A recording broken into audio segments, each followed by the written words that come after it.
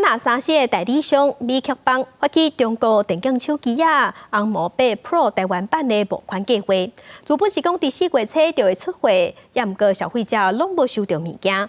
NCC 昨昏是發業者甲線下的負責人加強130萬。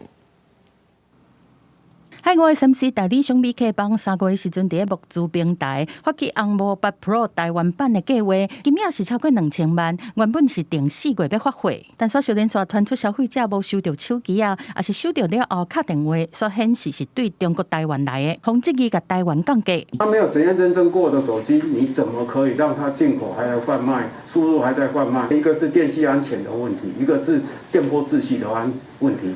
對無經過 NCC 的電檢核准，落喺台灣違法來賣。NCC 是照電信管理法，發業者和細隻的負責人攏總130萬，無摕到手機的民眾一個向警方來報案。會以警察局那邊為主，如果是詐欺罪成立，他會有一個立案，然後可以用附帶民事條款去跟他求償。剛剛他在進的時候沒有去注意說台灣就是沒過。那你要送呢？那到底是用硬體拔掉，還是軟體關掉？哪一個方式是 NCC 能接受？這種消費者是對募資平台來的，消基會認為講無 NCC 的電檢核准，這個手機等於是有問題的商品，會當按照消保法來求助保。